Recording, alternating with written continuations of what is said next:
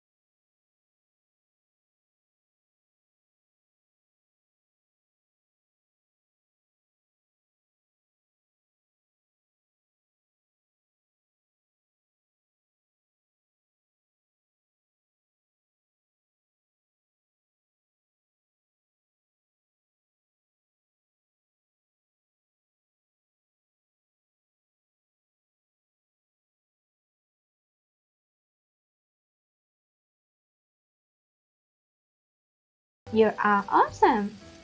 I am sure you will enjoy crocheting the twist headband as much as I did. Also, it would be very nice if you could share my video with everyone on Facebook, Instagram, or Pinterest. Thank you for watching. If you enjoyed this tutorial, please thumbs up, share and subscribe.